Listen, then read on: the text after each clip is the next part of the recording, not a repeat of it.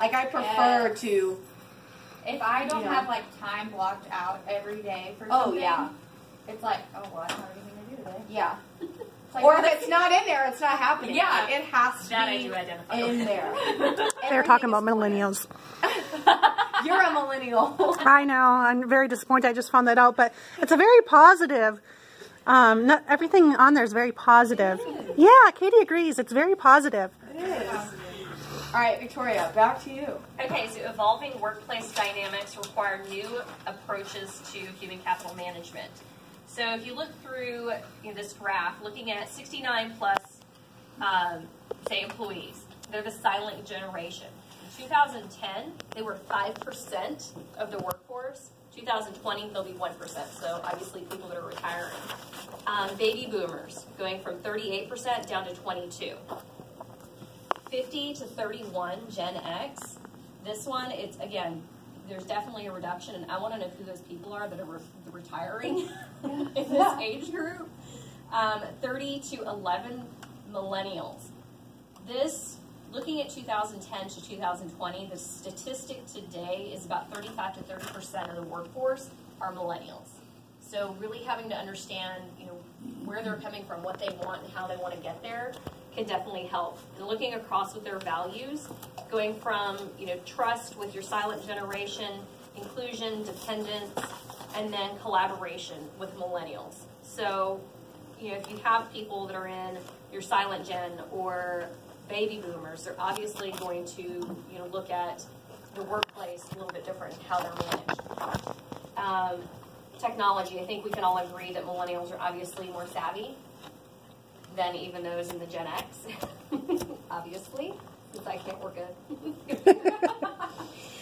communication, we all know millennials, they want the text, they want that instant kind of gratification of information, and then looking back through Gen X, anytime we want it immediately, but further on you'll see that just how the communication is done is a little bit different. Is it your slide or my slide? It's you. You got Tracy and Paul. Okay, so we're going to look at Tracy and Paul. Tracy is born in 1974. She's 44 years old in 2017. She's a Gen X. Then we have Paul. Oh, my Paul went away. Let me see Paul. Paul is, who's Paul? He's a millennial.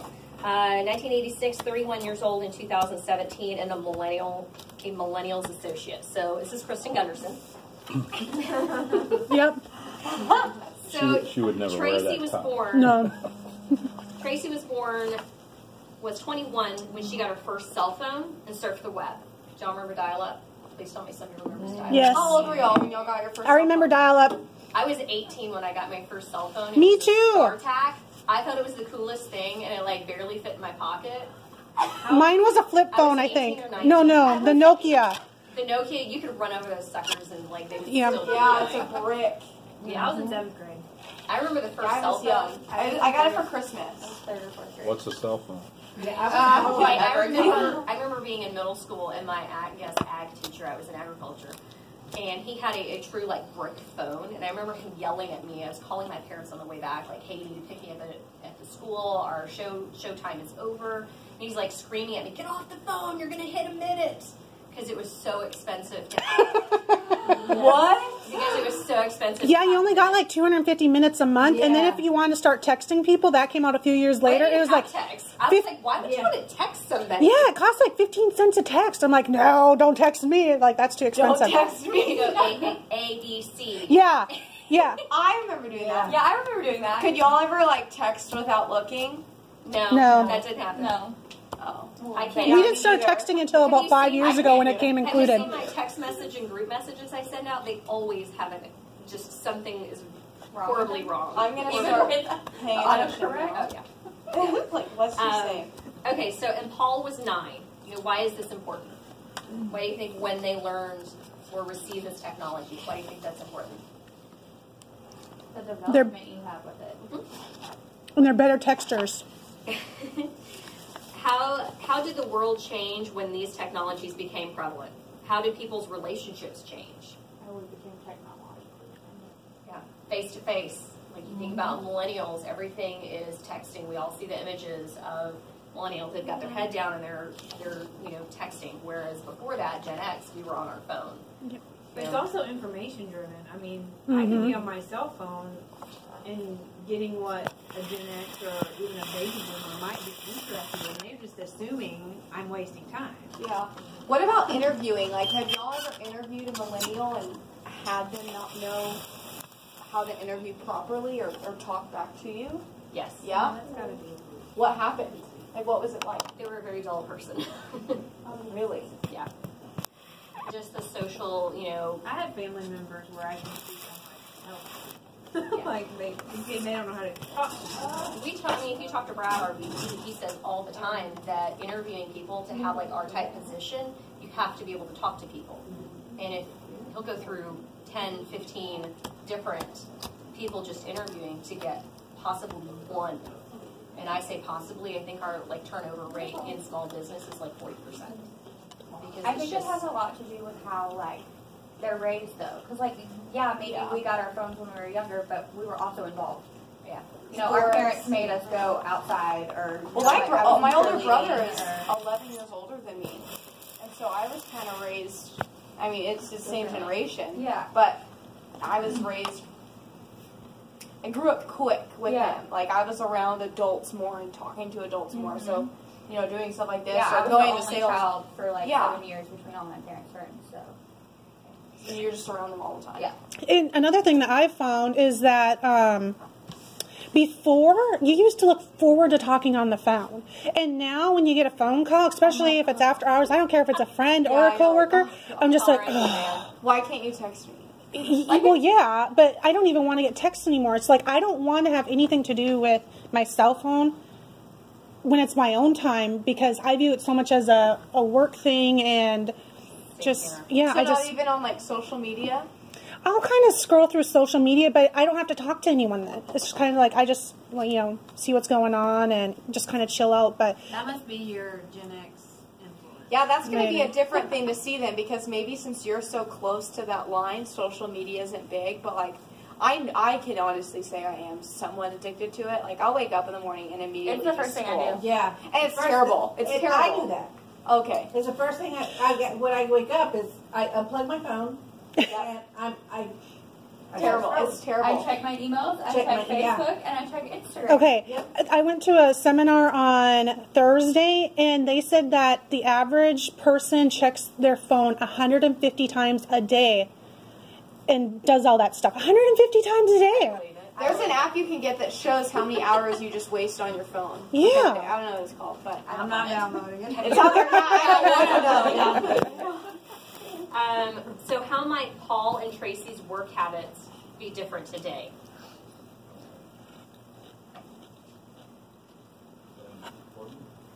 I feel like, and this maybe is back to what Kristen was just saying, my personal life and my work life are so intertwined because of the ease of communication. Whereas maybe before, or in other generations, when they're at work, they're at work, when they're at home, they're home. Yeah. It's just eb and flow. Yeah. It's both all day long. And maybe that's a difference. No, totally. Let's go through evolution of content discovery. So this graph will definitely, did I bring it, did I put that one in there? No, I can show you guys. I know I probably wouldn't. Basically, it's, is it? Okay. Yep. I eliminated some slides because they did not relate really. The evolution of technology. So way back when we had VCRs. I had VCRs. We just threw a VCR out the other day. I say threw it out. Send it to I had a Send it to beta. school. Does anybody know what beta Yes. is? It was No. between beta and VCR, and VCR went out. Well, it didn't win out. Sony wouldn't share beta technology. It was the better technology, but they would not share the format. So the other companies developed VHS and shared it, and that's why television still used beta when society used VHS. Cool. Going through to AOL, Yahoo. I always think Yahoo being there forever and Google being there forever, and obviously it wasn't. And then as you see, just technology has really sped up as the years have gone by. let's see. Seeing, I'm sorry, I'm interrupting. No, go ahead. But seeing the Netflix and Hulu, I wouldn't be surprised if cable is going to get kind of wiped out because we don't even have cable. We just use those. So, I mean, Yeah. it's good and bad because, one, I never see the news. So I feel like a lot of people, when they watch the news now, they're kind of, I have it puts you in a bad mood, you know? for the news. Nice. If it's important, it pops up. Yeah, I go read it. yeah. I go read it. I take that back. I do watch. We have cable, and it's only because we have to have it bundled into our internet. Yeah. We have, we have Apple TV and Apple TV, Oh, yeah. and they have, and DirecTV has a Direct Now app. It's significantly cheaper a month, and you get all the main channels. Whoa. It's done. But it streams through the internet. How much is an Apple TV, though? $100. And it's It's like a little. Yeah, it's like a little box. Oh. Apple TV or the box? the box. Yeah. $100 Apple TV, and $35 a month, and you get all the channels you would want to watch anyway. I've got Chromecast, Apple, Roku. I don't even know what Chromecast is. They're all cheap. It's They're- cheap. You can buy them cheap. Wow. Experiences would be Okay, Oh, so sorry. that's okay. Tracy grew up during a recession and entered the job market during a boom. Paul grew up during a technology boom and entered more unpredictable market. His career began during an extended deep recession. How could that impact their expectations about their work?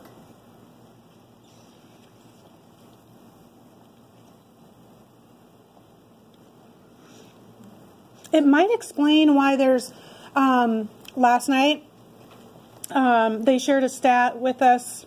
I was with a group of people, and they said that the average person that is on their own nowadays is 28 years old before they're on their own and making their own decisions and everything. Whereas before, back in probably Tom's age, it was 21, if not earlier.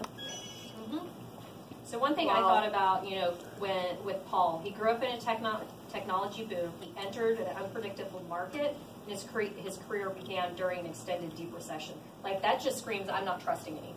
Like, I don't, it's unpredictable. I don't know what's going to happen. For me, that would be what's Instability. You always Right. have to have a backup. Yeah, he's ready to leave, bounce around. Yeah. New job, new job, new job.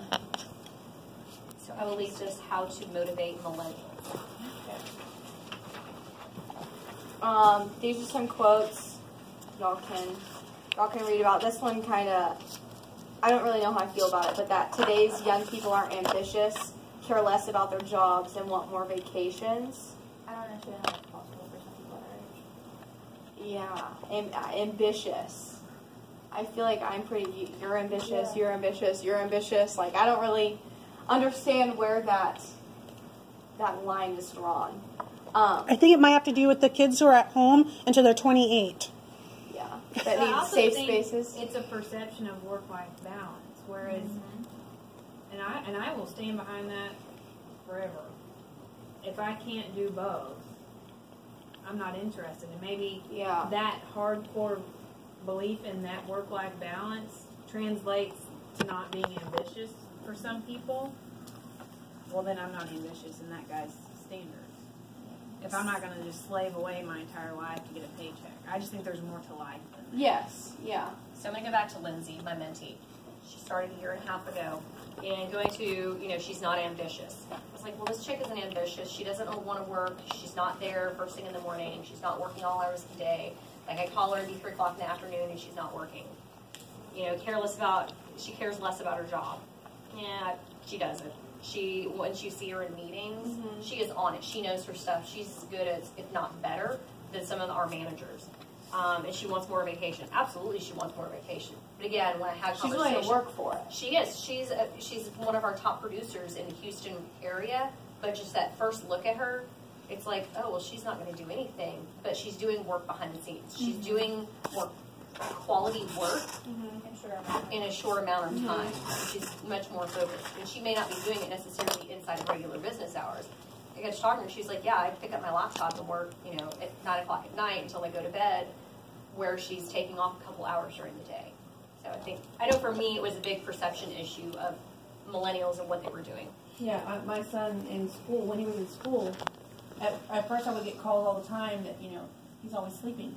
Like, well, he was sleeping because he was bored. Because once it came to test time, Yeah.